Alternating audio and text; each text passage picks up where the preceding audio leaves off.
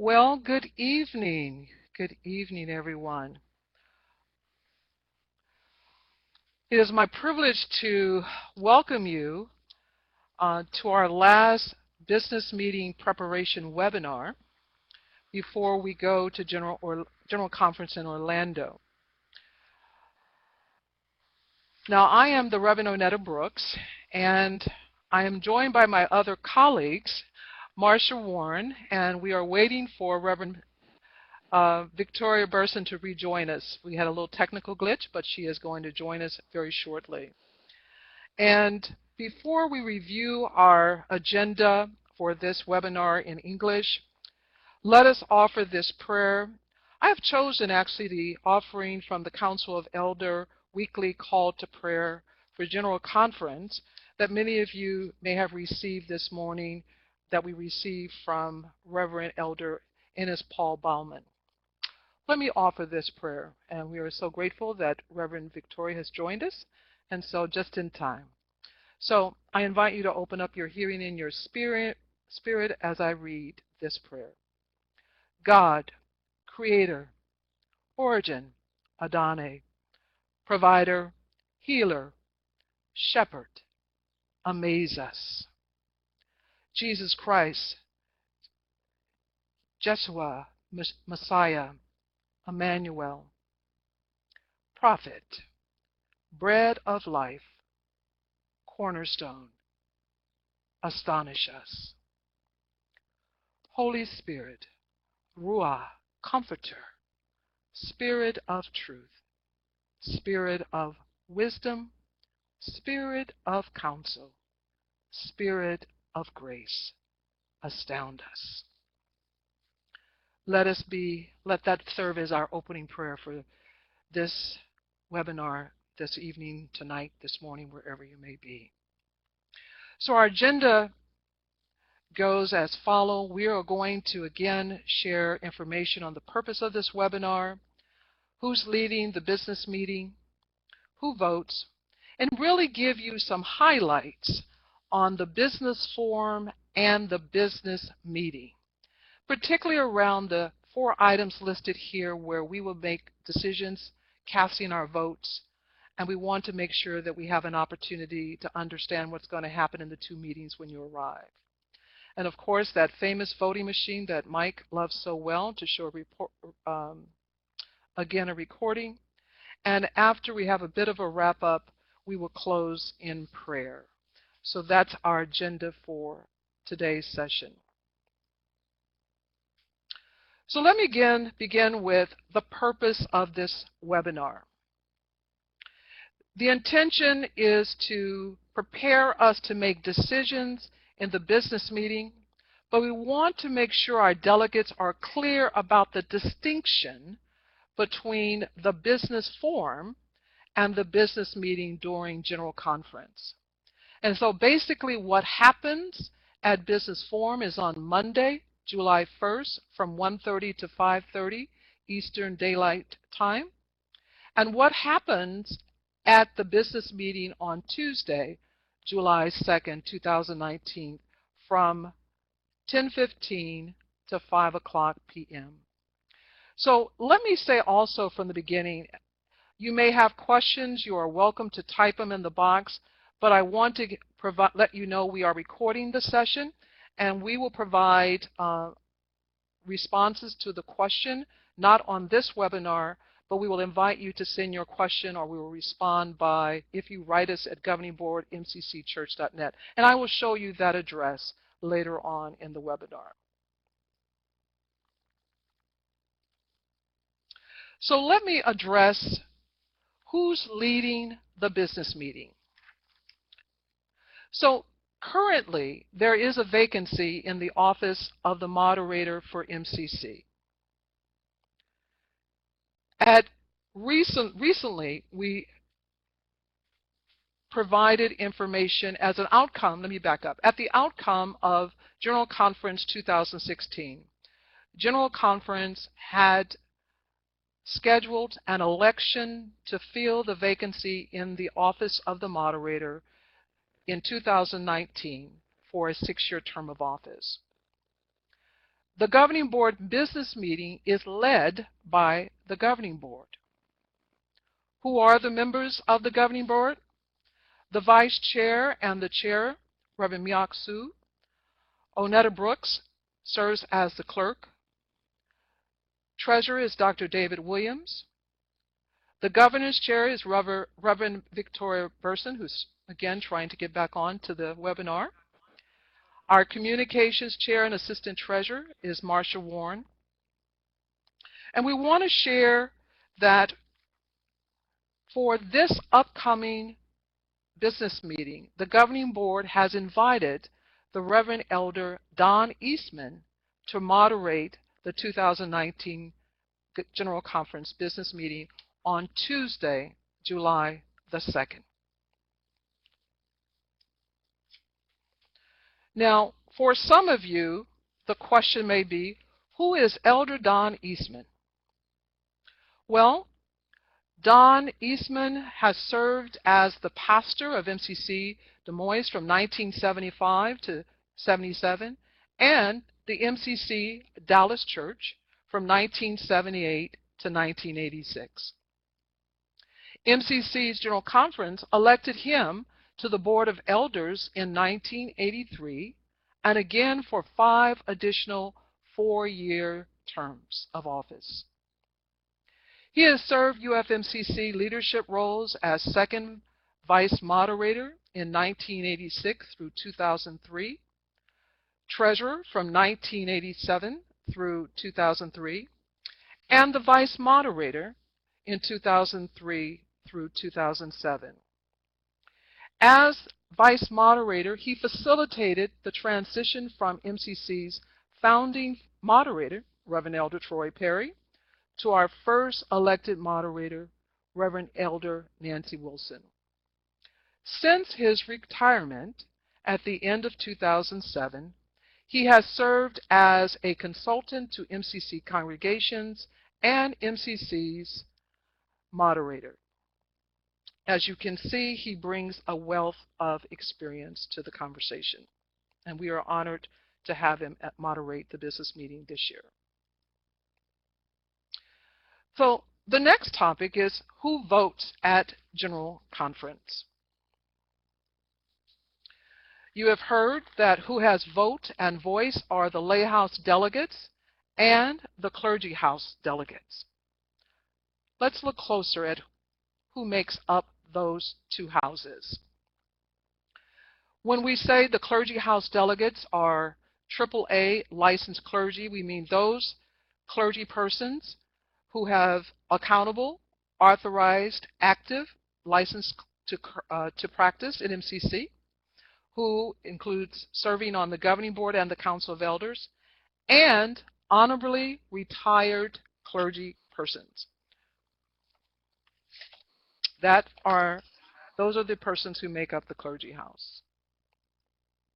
Well, we also have the lay house delegates according to our bylaws, and they are local church lay delegates, lay interim pastoral leaders, we call IPLs, lay members serving on the Council of Elders and the governing board, and those are the members of the lay house delegates. And so this next category talks about churches and their lay delegates in terms of the eligibility for voting at General Conference. As many of you know, the primary source of income revenue for MCC is provided to provide staff and services that the denomination provides are funded through the assessments of the local churches.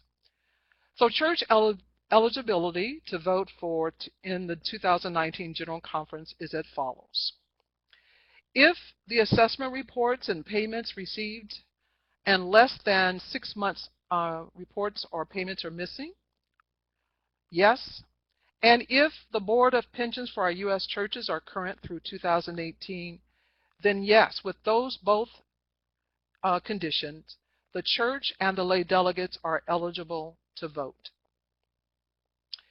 If no, for assessment payments and reports, then the church is ineligible. Or if UF churches are ineligible if they have not, or if they are not current with their Board of Pension Payments.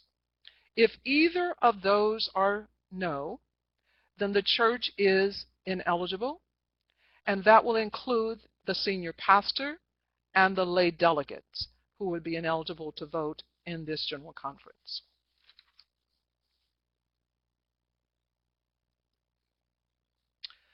So as we go into the highlights of the business meeting and the forum, there are many items posted on our business page and reports, but we want to focus on these 4 areas, particularly because these are the areas that the delegates will vote on. So I want to make this distinction very clear. The highlights of the business forum on Monday afternoon, July 1st, around 1:30 for 4 hours. The key distinction here is our opportunity before the business meeting on Tuesday to have conversations with and conversations about. It is the only opportunity for those 4 hours of allotted time to discuss and hear from the 10 governing board candidates, the 3 moderator candidates, to have a conversation about the 9 bylaw proposals that have been submitted, and the 5 motions that you have heard about. The highlights of the business meeting is more of a transactional procedural, and that will take place at the business meeting. We will vote for 8 seats to be filled in the governing board, and you'll hear more about that. We will vote for 1 moderator. We will vote to pass the bylaw amendments that I mentioned that are 9. And again, we will vote for 5 motions that have been submitted. And this is both for on-site voting as well as the live virtual voting that will take place at the same time during the business meeting. So we are excited as we continue to advance our expansion of technology and live stream, and the gift of these 2 sessions, this particular session, the business meeting of voting together, is that we will be voting for whatever number of rounds and decisions we make together using the live stream capability as well as the technology that the software company provides.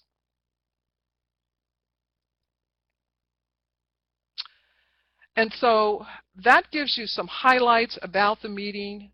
And we wanted to make sure you can be present, what you understand the importance of the discussion on Monday afternoon, and again, the opportunity to do transactions and voting on Tuesday during the day.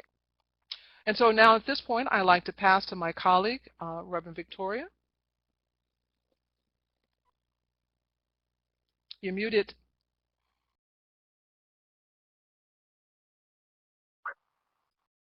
Thank you, Reverend Onetta. Sorry about that and all the technical difficulty. Hello, everyone. My name, again, is Reverend Victoria Burson, and I am the Governance Chair, and I'm glad to be with you this evening. And so we have 10 candidates, and of the Governing Board candidates, and 8 of those candidates with the highest simple majority in both houses elected. We have up to 3 rounds. We're only going to do 3 rounds. So again, 8 of those candidates with the highest simple majority vote in both houses will be decided, and we will go up to 3 rounds only. We want to give a shout out to Reverend Tijuana Gray, who served as the chair of the Governing Board Nominating Committee, who worked alongside with Leo Rossetti and Teresa Terry White. We say thank you for your work in this season and in this time, and thank you again for all that you have done and will continue to do in MCC. In our voting process, we'll be voting for 8 governing board members. Again, we'll be voting for 8 governing board members. And while voting, we'll be electing 4 clergy positions and 4 lay positions. That's 4 clergy positions and 4 lay positions. Of those 4 will be 2 clergy and 2 lay that will be voted or elected for a 6-year term. And the remaining 4, 2 clergy and 2 lay, will be for a 3-year term, but only if the bylaw amendment to change all governing board terms to office of 3 does not pass. If the amendment passes, then all governing board terms will be for 3 years.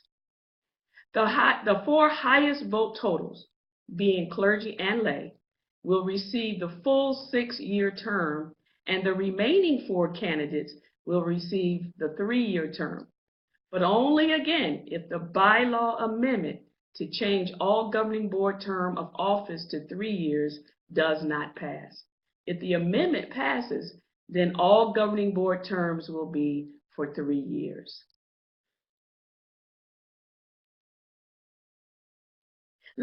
Let me introduce to you and present to others our governing board clergy candidates. Reverend Alberto Najera, Virginia Beach, Virginia. Reverend Elder Diane Fisher, Rehoboth Beach, Delaware.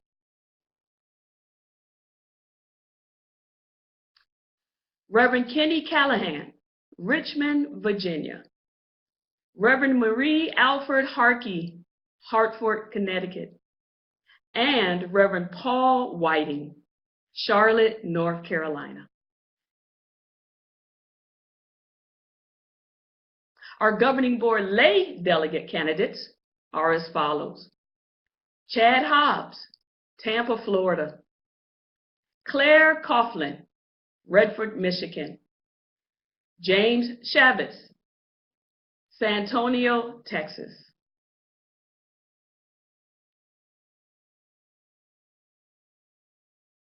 Mark Gotti, Raleigh, North Carolina, and Stan Kimmer, Raleigh, North Carolina. For more information, please follow the link that is showing: www.mccchurch.org, Governing Board Candidates. Our moderator candidates. The moderator candidate with the highest simple majority in both houses will be elected to office of moderator. We will go up to 3 rounds only if needed. Again, that's 3 rounds only if needed. We also want to give a shout out to MNC, the Moderator Nominating Committee, where Reverend Gavin Ward and Velma Garcia served as co-chairs. Alongside of them were Reverend Brendan Boone, Kelly Taylor White, and Stan Kimmer. Again, we say thank you, MNC, for your work, your service in this season and time of MCC. Here are our 3 moderator candidates. Let's celebrate them as we all prepare to elect a moderator this year. The first being Elizabeth M. Bazordi. You have her information right there. If you want to go to that link, you can see more about her story. You have Reverend Elder Cecilia Eggleston, and you have Reverend Elder Tony Freeman. Again, you can go to MCC website and look at the town hall meetings. Let's continue to celebrate.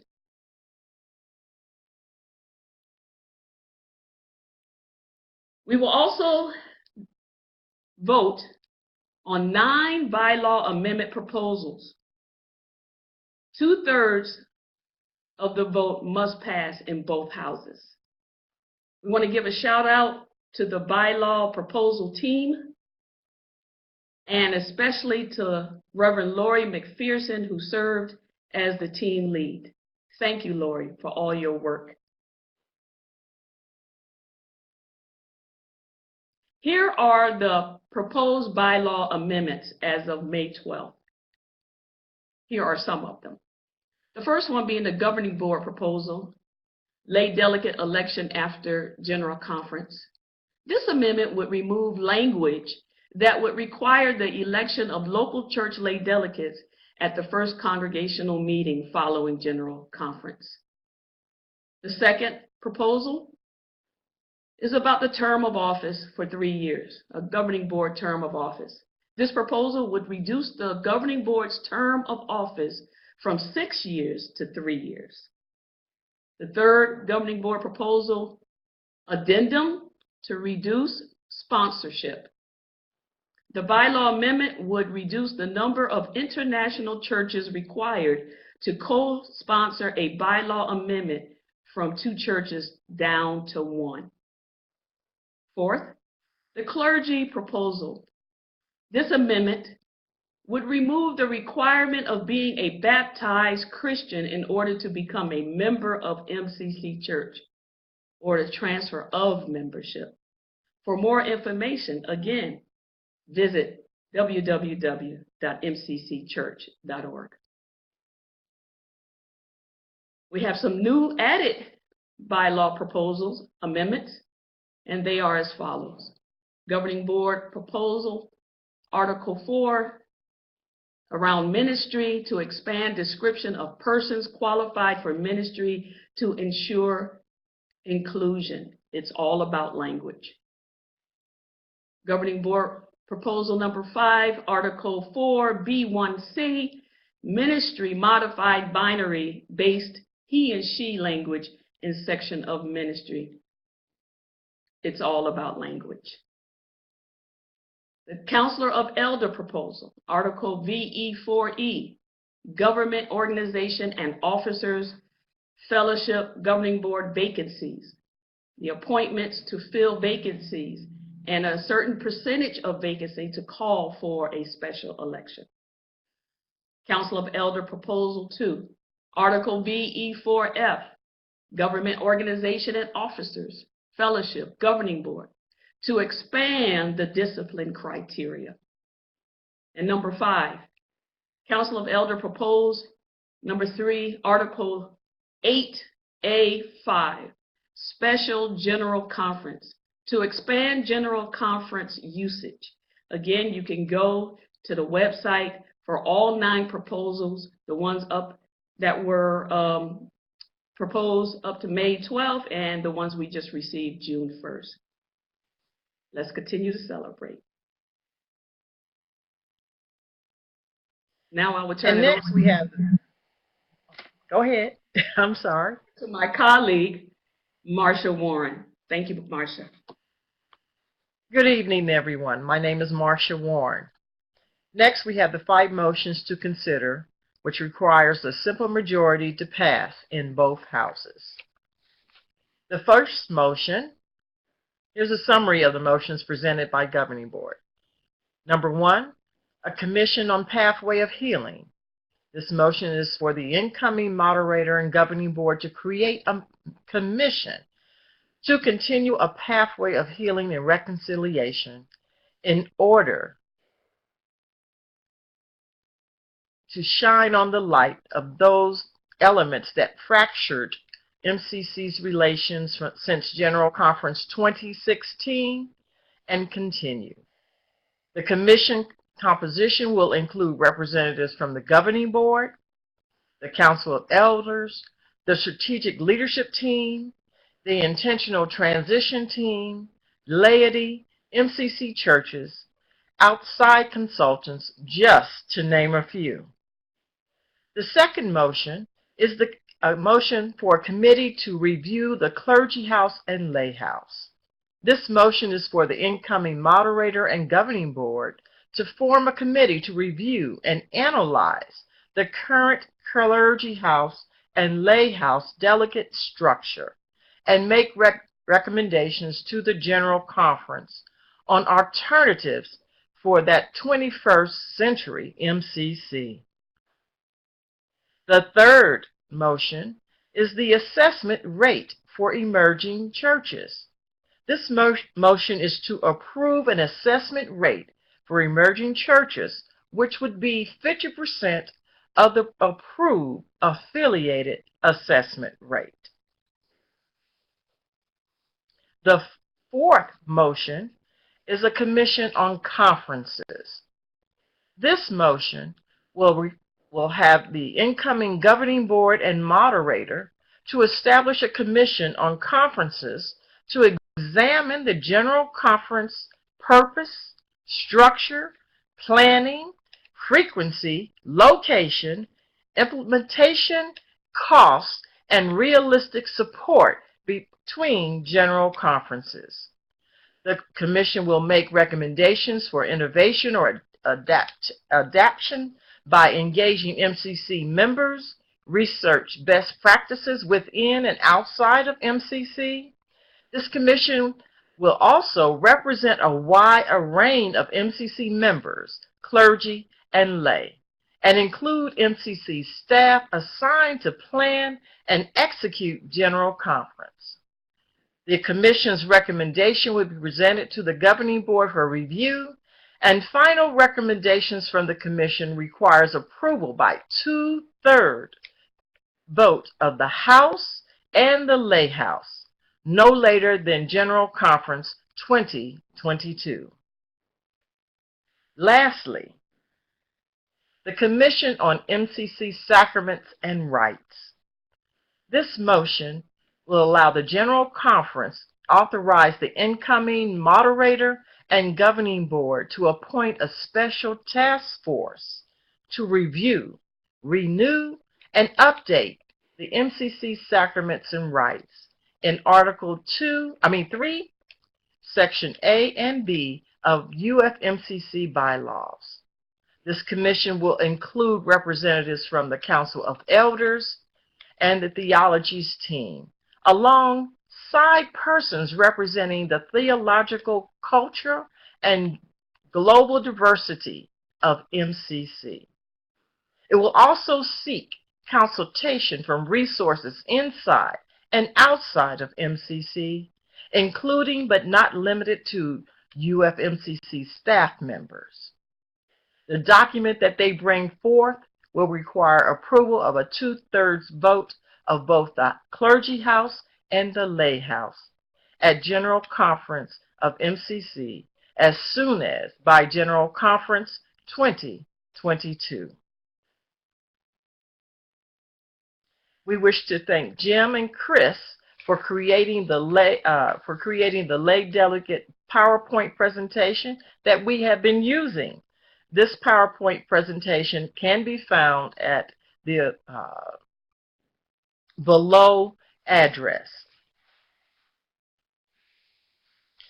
It was created by Jim Persons, lay delegate, Cornerstone MCC, Mobile, Alabama, and Chris Willingham, Cornerstone MCC, Mobile, Alabama. Thank you both for doing this for us. More business meeting documents can be found at the below General Conference website. And there is a reminder, check for updates, because everything's not written in stone.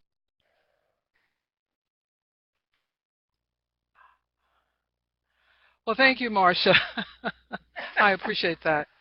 And again, I had a tablet moment. I'm sorry, I had a Moses moment. But again, many of our documents are, again, as you mentioned, online in the business meeting section. Some of the motions are in the back of the governing board report, but also there is a separate addendum that's more visible for you to look at the motions that were, again, submitted by multiple persons, not necessarily the governing board members, but and so we'll have that conversation again. So thank you for that. Well, this is one of my favorite topics, and I know that Mike is getting excited and revving up that wonderful video you'll see at the meeting. Let's talk about voting at General Conference. So by now you know that we have this wonderful voting card that's about the size on my left of a credit card. And we want to again show you perhaps some samples of what the ballot would look like. So basically you see the numbers on the voting machine to my left, and again a sample of the lay house, particularly clergy house ballot is as follows. Because there are 10 candidates running for 8 positions in the lay seats and clergy seats, the probability is we will split up the voting in 2 parts, and that's how we did it in 2016. So, for example, you will have the 5 candidates who are running for 4 seats in the governing board, and they are listed in alphabetical order. So when you see this voting card, you will look to the left, your left, and select the 1, 2, 3, or 4 candidates that are listed in alphabetical order to be elected to the governing board. The same thing, for example, in clergy house seats, there are again 5 candidates, and again we have 4 seats. So you, using your wonderful voting card to my left, will again punch in their numbers for either 1, 2, 3, or 4 candidates using the numbers to my left, and they again are listed in alphabetical order. And a sample ballot of what the moderator election will look like. You will have all 3 candidates listed on the ballot, and again this most likely will be projected on the screen during the business meeting so you can see it, and again compare, cross-check with your wonderful little voting machine. And again, you would vote for 1 candidate in order for that person to count in terms of the vote. You'll notice on the voting card there is no, the ballot, there are no blanks, no abstentions, no none of the above. You will vote to get for the number of spot positions in order for your vote to count. Virtual voting process. By now you know that virtual voting has closed as of June 1st. But again, for you to vote virtually, there is this caveat that as a virtual delegate, you must follow the provided instructions to establish a secure account with the voting software vendor prior to the 15th of June and send your unique ID back to Mike Hazy at this MCC Hazy.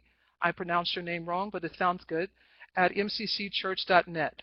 I must say, failure to do so prior to the deadline, which is 15th of June, will render the voter ineligible to vote live on July 2nd. So again, I want to acknowledge to pay attention to that. And if you feel that you've registered and not received your link, or you're waiting to try it again, contact Mike at the address listed on this PowerPoint chart. So online voting process discussion. Everything that we've almost talked about is in terms of voting instruction is contained in the procedure handbook. Again, please review and discuss items and ask questions about in your procedure manual that is posted online. There's a description of the voting process. Again, discussion during the business forum is on the 1st of July. And during the business meeting, we will have a practice voting run using the voting device prior to voting at the business meeting on the 2nd of July. Remember, you will get your voting card before the business meeting. So again, arrive early to at the registration desk to get your voting cards as well as your voting machine.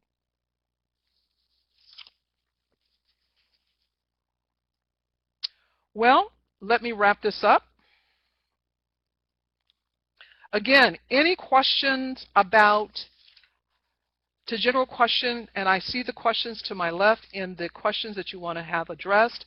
Again, send those. We'll look over this chat line and address some of the questions later if we see your email address. But again, send them to the governing board at mccchurch.net email address, and the governing board will respond to your question. Also, if you have anything related to General Conference, again, Lauren Bennett as well as Mike, conferences at mccchurch.net. But again, don't forget to do your homework. All business material are located on the conference website at celebratemccchurch.org. You can go down to the business meeting menu. And before we close out, I want to address 2 items that are not on this PowerPoint chart. Just again, what's next in Orlando? Don't forget on Friday, the 5th of July at 10:15 a.m., closing worship will include New Mater Rite of Installation. But also want to let you know on Friday afternoon of July 5th and all day Saturday, July 6th, the newly elected governing board and moderator will participate in a day-and-a-half orientation and team building training facilitated by Reverend Elder Don Eastman, the consultant to MCC. Well, again, this is a recorded webinar and it will be posted. Again, as we mentioned, we will not be addressing any live questions at this time, but again, encourage you to send them to us. And so I thank you for participation, and without further ado, I will pass to MDiv Marsha Warren for our closing prayer. Thank you, Annetta, and thank you everyone who have logged on and who have asked questions in the question box. Let us pray. Most Holy One, the source of all wisdom, we ask that you be with each and every one of us as we travel to Orlando for the next chapter of MCC.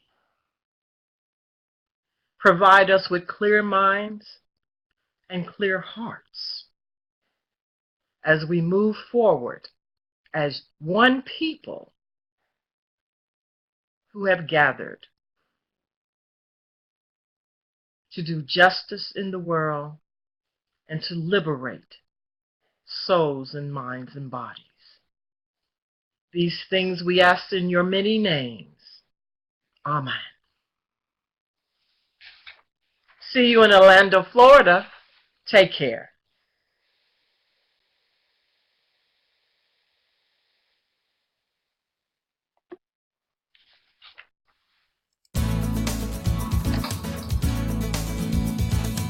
We are excited to announce we will once again be using electronic voting devices at the 2019 General Conference. This short video will refresh your memory or explain how the voting devices work.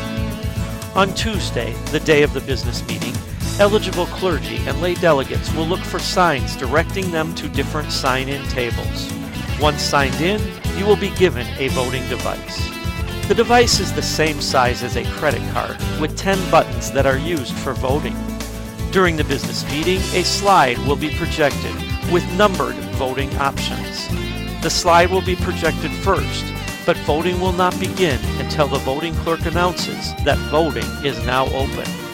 Once the clerk announces that voting is now open, you will press the numbered button to indicate your choice.